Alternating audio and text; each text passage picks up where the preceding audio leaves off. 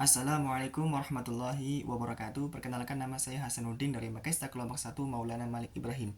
Di sini kami akan sedikit mereview materi yang telah kami diskusikan pada forum diskusi kemarin, yaitu mengenai tahlil, yang mana dianggap sebagai perkara bid'ah menurut sebagian orang atau masyarakat.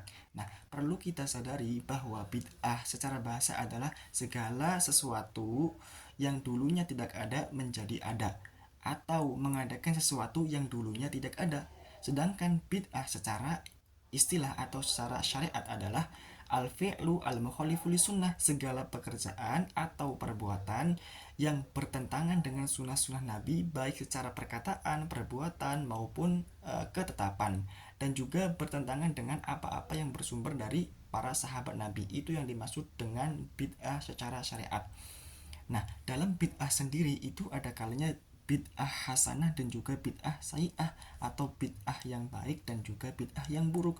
Sedangkan bid'ah yang baik itu dalam pelaksanaannya masih berpatokan atau masih berpedoman pada sunnah-sunnah Nabi dan apa-apa yang bersumber dari para sahabat. Sedangkan bid'ah sayi'ah itu dalam pelaksanaannya tidak berpatokan dan tidak berpedoman pada sunnah-sunnah Nabi dan apa-apa yang bersumber dari para sahabat. Nah, tahlil sendiri itu merupakan tradisi atau adat yang dikembangkan oleh warga Nahdiyin atau orang-orang yang berpaham ahlu sunnah wal jamaah, yaitu orang-orang yang mengikuti dan berpatokan pada sunnah-sunnah Nabi dan apa-apa yang bersumber dari para sahabat.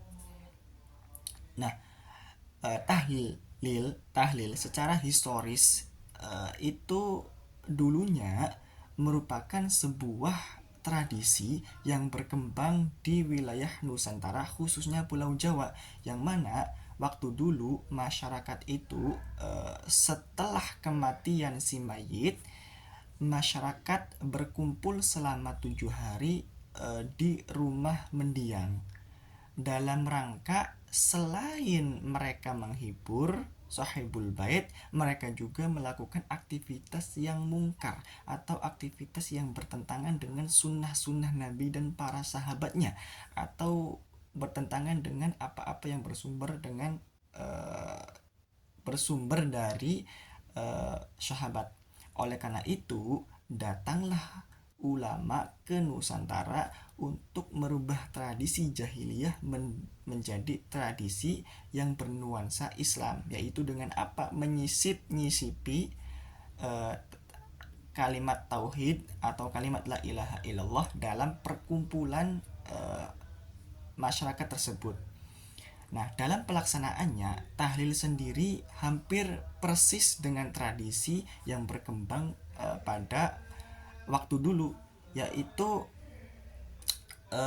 mereka setelah wafatnya si mayit, mereka berkumpul selama 7 hari untuk melakukan aktivitas yang mungkar.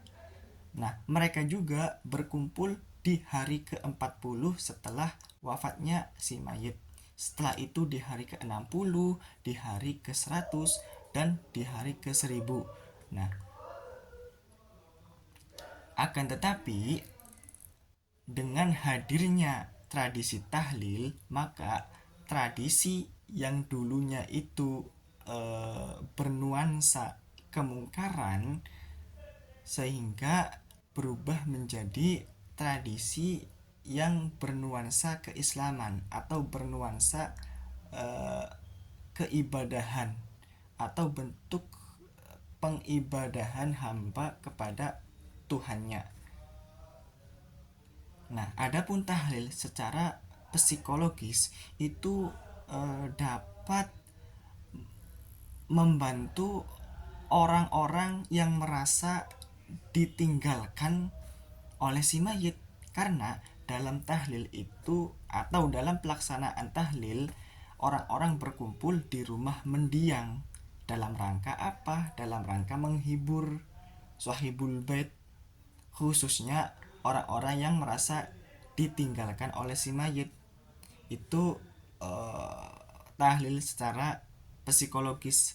Adapun tahlil secara sosiologis itu dapat menjadi media sosial bagi masyarakat. Untuk apa? Untuk saling berinteraksi antara satu sama lain. Karena dalam tahlil itu mengumpulkan masyarakat dari berbagai macam RT atau daerah menjadi satu tempat.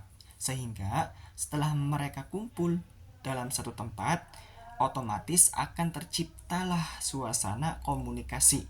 Nah, oleh karena itu, tahlil dalam aspek sosiologis dapat membantu atau menjadi media sosial masyarakat untuk saling berinteraksi.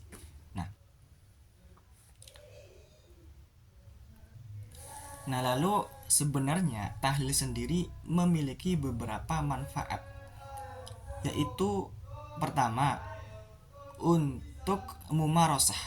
Mumarosah di sini adalah mumarosah atau bentuk pelatihan mengucapkan kalimat tauhid atau kalimat la ilaha illallah. Agar apa? Agar ketika kita nantinya atau ketika ajal kita menjemput, kita sudah terbiasa mengucapkan kalimat la ilaha illallah, sehingga kalimat yang muncul ketika ajal menjemput adalah kalimat la ilaha illallah. Itu yang pertama. Untuk yang kedua itu adalah silatul arham, yaitu untuk atau sebagai media saling menyambung agar tali persaudaraan tidak putus. Karena dalam tahlil sendiri itu dapat menciptakan perkumpulan atau sebuah pertemuan, sehingga hubungan mereka dengan yang lainnya itu tidak terputus. Itu manfaat atau faedah tahlil yang kedua. Sedangkan manfaat tahlil yang ketiga itu seperti kita dapat bersedekah. Karena dalam tahlil sendiri, selain kita itu dapat memberi atau bisa memberi harta benda kepada si sohibil bait atau orang yang ditinggalkan oleh si mayit, kita juga dapat membantu mereka dengan apa? Dengan bersedekah mendoakan si mayit.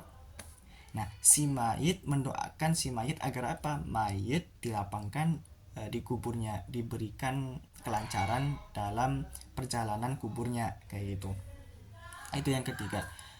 Nah, yang keempat itu manfaatnya atau faedahnya itu sebagai bentuk penghambaan kita kepada Sang Pencipta. Karena dalam tahlil sendiri atau dalam pelaksanaan tahlil sendiri itu ada kalimat la ilaha illallah atau kalimat tauhid atau kalimat tahmid. Nah, oleh karena itu, ketika kita mengucapkan kalimat la ilaha illallah, kalimat tahmid, subhanallah dan lain-lainnya, nah disitulah bentuk penghambaan kita kepada Sang Pencipta. Oleh karena itu, di sini tahlil dikembangkan oleh warga Nahdliyin atau orang-orang yang mengikuti Ahlus Sunnah wal Jamaah. Bukan berarti tahlil ini merupakan sesuatu yang bid'ah, sayyi'ah. Artinya bertentangan dengan hal-hal yang diajarkan oleh Nabi atau atau hal-hal yang muncul dari para sahabat. Bukan, melainkan hal-hal ini, hal-hal yang ada di tahlil itu sudah ada rujukannya dari Rasulullah itu sendiri. Nah, sekian review materi kali ini. Kurang lebihnya saya pribadi minta maaf.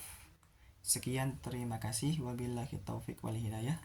Wassalamualaikum warahmatullahi wabarakatuh.